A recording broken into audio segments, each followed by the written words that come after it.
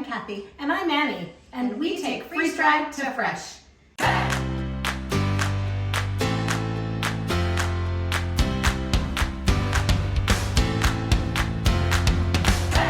Today we're going to make, sorry.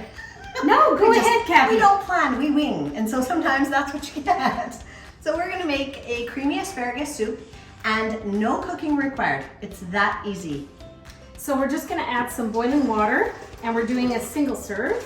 You start with some, and then I'm gonna add some chicken bouillon to the water. So it's like it's making a chicken stock. I'll do a little bit more. And then she's adding asparagus because this is an asparagus soup. I'm going to add a little bit of garlic and some onions. I'll put a little bit more. And I'm going to add the sour cream just as the powder into it. That gives that creaminess that we're looking for in the creamy asparagus soup. Did you add some of Nope. this? Okay, so this is Chef's Choice. This is one of my favorites. I use Chef's Choice. That's a tongue twister on absolutely everything, actually, and it's great. Okay. I'll add a little bit more asparagus because I think we need a bit more from what I can see. Okay.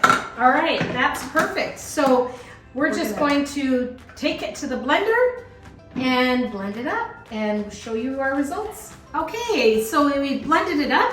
Ooh, take a look at the steam. Non-cooking. Does that make sense? Non-cooking. Yeah. No cooking.